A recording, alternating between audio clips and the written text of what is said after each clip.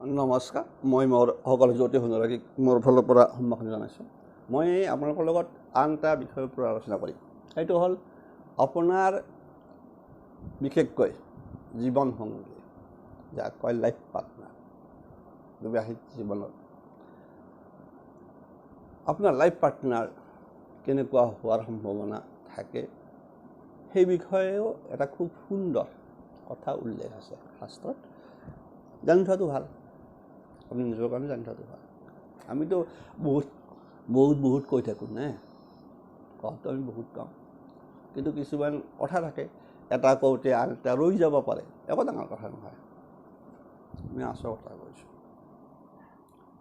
যে তাৰ ফলত আপোনাৰ লগে লগে ক'ব কোনোবাই অমুক হ'ল, কিন্তু সেইটো কথা নহয়।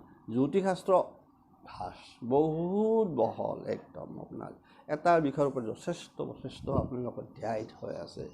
আপোনাৰ অমুক হ'লে তমুক হ'লে তমুক, এনেই যথেষ্ট আপোনালোক গমে পাইছে। মই ক'ব বিচাৰিছোঁ যে আপোনালোকৰ লাইফ পাৰ্টনাৰ, আপোনাৰ জীৱন সংগী, আপোনাৰ সম্পৰ্ক কেনেকুৱা, কেতিয়া ভাল হ'ব, কি হ'ব। জীৱনসংগীৰ মূল কথা হওক, প্ৰথম যদি সপ্তমত যদি আপোনাৰ লগ্ন কুণ্ডলীত যদি লগ্ন সাপেক্ষে সপ্তম স্থান, সেইটোৱে আপোনাৰ কম্পতি স্থান, কোৱা যায় পত্নী স্থান, অৰ্থাৎ সেইটোৱে লাইফ পাৰ্টনাৰৰ স্থান হয়।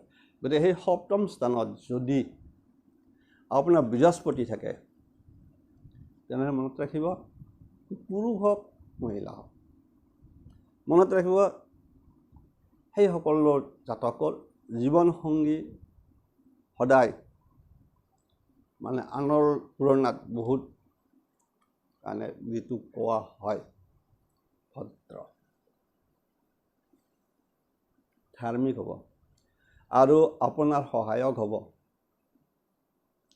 আৰু আপোনালোকৰ বিয়াৰ পিছত ভাগ্যোন্নতি হ'ব। মনত ৰাখিব। কিন্তু যদি অকলে থাকে দেই, তাতো কিন্তু কথা আছে দেই। সপ্তম স্থানত বৃহস্পতি অকলে থাকিলেহে কৈছোঁ মই, কথা ইফালে যাতে কাৰোৰ লগত অশুভ গ্ৰহ বুলি কয়, এনেকৈ বিশেষকৈ শনি হওক বা ৰাহু হওক, এনেকুৱা কেতু মংগল, এনেকুৱা কথা অহা নাই। অকল কেতিয়াবা অকলৰ কথা কৈছোঁ। অকল যদি থাকি যায় বৃহস্পতি, আপুনি গমেই পালে, আপুনি ভাগ্যৱান। আপোনাৰ যদি আছে কুণ্ডলীত সপ্তম স্থান, যদি শনি থাকে, বহুতেতো শনিটো মানে কয়ে আৰু সপ্তম শনি আছে, অত্যন্ত অমুক তমুক বেয়া। আচলতে কি কোৱা, আনফালে কি কোৱা আছে সেইটোৱে জানকচোন। অকল মানে নিগেটিভটোত কিয় গুচি যায় বাৰে মানুহখিনি। মই পজিটিভত, মইতো কওঁ যে মই পজিটিভ এষ্ট্ৰলজাৰ হয়, মই কোনো নিগেটিভ এষ্ট্ৰলজাৰ নহয়, মই আগে কৈছোঁ। গতিকে মই পজিটিভ ছাইডৰ মানুহ, গতিকে মোৰ কথাবিলাক পজিটিভ পাব, তাৰ কাৰণে কোনোবা বেয়া পালেও মোৰ আপত্তি নাই। আচল কথাটো কৈছোঁ মই। যদি আপোনাৰ শনি আছে, আপুনি ভয় খাব লাগে একো নাই। আপোনাৰ সংগী, জীৱন সংগী আপোনাৰ মিচিয়ৰ্ড পাৰ্চন, এজন মিচিয়ৰ্ড পাৰ্চন, এজন দায়িত্বশীল ব্যক্তি, অতি বাস্তৱবাদী। যদি শনি বহি আছে আপোনাৰ সপ্তমত, কিন্তু বিয়াখন দেৰি হ'ব পাৰে, এইটোও মূল কথা। আৰু যদি আপোনাৰ বিয়াখন যদিও কি হয়, দেৰি হয়, বিশেষকৈ সম্পৰ্ক স্থিতিশীল হয়, চাব পাৰ্থক্য, বয়সৰ পাৰ্থক্য কিন্তু এটা কথা আছে দেই, বয়সৰ পাৰ্থক্য কিন্তু বহুত ইফাল সিফাল হৈ যায়।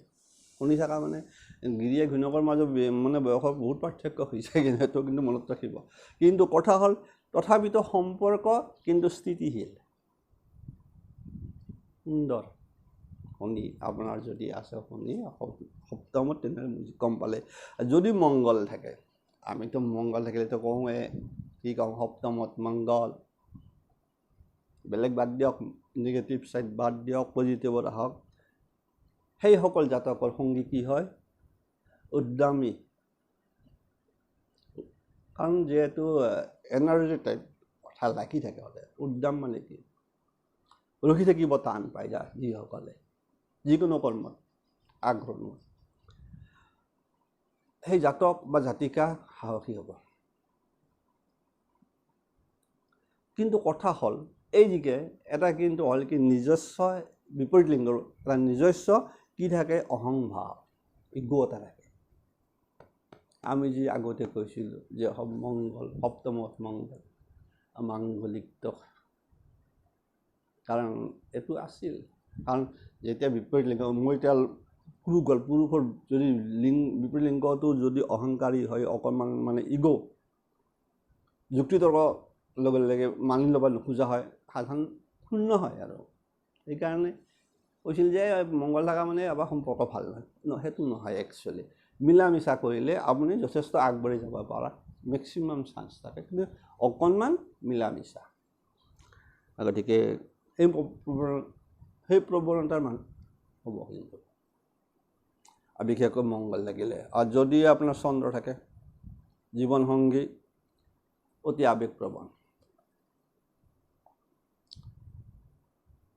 কিন্তু কি হয়, যত্নশীল, আৱেগপ্ৰৱণ হ'ব আপোনাৰ বিপৰীত লিংগ, যত্নশীল বিশেষকৈ, আৰু পৰিবাৰ কেন্দ্ৰিক, সীমাবদ্ধ, নিজৰ পৰিয়ালতে সীমাবদ্ধ, পৰিয়াল কেন্দ্ৰিক হয়। গতিকে এইখিনি বিশেষকৈ চন্দ্ৰ থাকিলে। আৰু যদি ৰবি থাকে, এই আকৌ আমাৰ এটা কয় যে সপ্তমত ৰবি, বহুত কথা আছে। অকলে থাকিলে সেইটো জানিব লাগিব। কি হয় সেইবিলাকৰ সংগী কি হয়, সাধাৰণতে আধিপত্যশীল,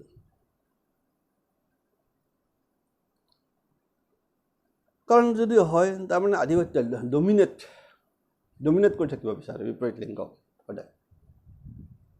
গতিকে যাৰ থাকিব ৰবি থাকিল, আপোনাৰ ৰবি থাকিল, আপোনাৰ পৰিবাৰে আপোনাৰ ওপৰত আধিপত্য বিস্তাৰ কৰি থাকিব। অথবা যদি সেনেকৈ তেওঁ থাকে, তেনেহ'লে তেওঁ বিপৰীত লিংগ সদায় ডমিনেট কৰি ৰাখিব বিচাৰে। কিন্তু আনফালে কি হয়, নেতৃত্বশীল গুণ থাকে, নেতৃত্বশীল সম্পন্ন হৈ থাকে। সেইবিলাক সমাজে সেইবিলাককে সমাজে সন্মান আৰু মৰ্যাদা দিয়ে। কিছুমানে কয় ৰবি সপ্তমত আছে, আপোনালোকৰ বিবাহ হ'বও পাৰে, বিচ্ছেদ হ'ব পাৰে, অমুক হ'ব, তমুক হ'ব পাৰে। সাধাৰণ কথা এটা আছে, কিন্তু সেনেকুৱা মই কিন্তু সেইটো ক'ব যোৱা নাই। মূল কথাটো হ'ল বিশেষকৈ ডমিনেট যিটো থাকি যায় গুণটোৰ কাৰণে সাধাৰণতে অলপমান আহি যাব, কিন্তু সমাজৰ পৰা কিন্তু স্বীকৃতি পায় সেইবিলাক, বিশেষকৈ ৰবি থাকিলে। গতিকে আপোনাৰ সংগী কি হ'ব, আধিপত্যশীল বিস্তাৰ কৰা। যদি ৰাহু থাকে, আপোনালোকক কৈছোঁ ৰাহু থাকা, গতিকে ৰাহু যদি থাকি যায় তাত কথা থাকে, মানে নিয়ম ভংগ, ৰাহুৰ নিয়ম মানিব নোখোজে। আমাৰ যিটো নিয়ম সেই নিয়ম মানিব নোখোজে। তাৰ ফলত কি হয়, ইণ্টাৰকাষ্ট, বিশেষকৈ ভিন্ন জাতি বিয়া বাৰু আহাৰ সম্পৰ্ক বেছি গঢ়ি তুলি ভাল পায়, প্ৰথাগতটো ভংগ কৰিব বিচাৰে সদায়। সেনেকুৱা হৈ যায়। বিদেশী সংযোগ, ইয়াৰ লগত থাকে বিদেশী সংযোগ, অথবা কি কৈছে যে ভিন্ন সংস্কৃতি যোনে বহন কৰি আহি আছে, সেনেকুৱাৰ লগত সংগী বিবাহৰ যোগ হৈ থাকে। কিন্তু আকৰ্ষণ তীব্ৰ হয় সেইবিলাক মানুহৰ। যাৰ ৰাহু থাকিব সেই মানুহজন কিন্তু অত্যন্ত আকৰ্ষণীয় হৈ থাকে। এইটো মনত ৰাখিব ৰাহু। বিশেষ কেতু থাকিলে কিন্তু কথা হ'ল কি, কেতু থাকিলে সাংসাৰিক জীৱনত বিশেষকৈ কেতু কোৱা হয় আধ্যাত্মিক বুলি কোৱা হয় কেতিয়াবা। বিশেষকৈ অকণমান কেতু অকলে থাকিও ভাল পায়। আনফালে তাৰ ফলত হয় কি, বিভ্ৰান্তি হৈ যায়, বিশেষকৈ আধ্যাত্মিক বন্ধনত থাকি বেছি ভাল পায় সাংসাৰিক জীৱনত। যিটো মানে ধৰক মই কৈ দিছোঁ, ধৰক এতিয়া এটা কোনোবা এজনৰ শুক্ৰ আছে সপ্তম বিপৰীত লিংগ, সেইজনে ভোগ লালসাত থাকিব। যদি আপোনাৰ কেতু থাকে, নাথাকে, কথা আহি পৰিল বা এনেকুৱা হৈ যাব। গতিকে কেতু যদি থাকে আপোনাৰ কেতু থাকিলে মানে আপোনাৰ বিপৰীত লিংগ আপোনাৰ পৰা কিছুমান ক্ষেত্ৰত ছাইড কাটিব পাৰে।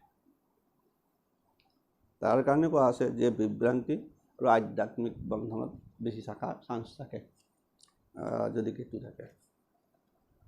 আৰু বিশেষকৈ কেতু থাকিলে সপ্তমত কিন্তু বাৰ বাৰ বিয়া ভাঙাৰো সম্ভাৱনা থাকে। সেইটো কিন্তু মনত ৰাখিব। বহুত বিয়া যি ঠিক হৈ যদি আৰু নহয় যায়, সেইবিলাক জাতকৰ কিন্তু কেতু সপ্তমত থাকে। সপ্তমৰ কেতু সেইটোৱে কৰে, বিভ্ৰান্তিৰ সৃষ্টি কৰি দিয়ে।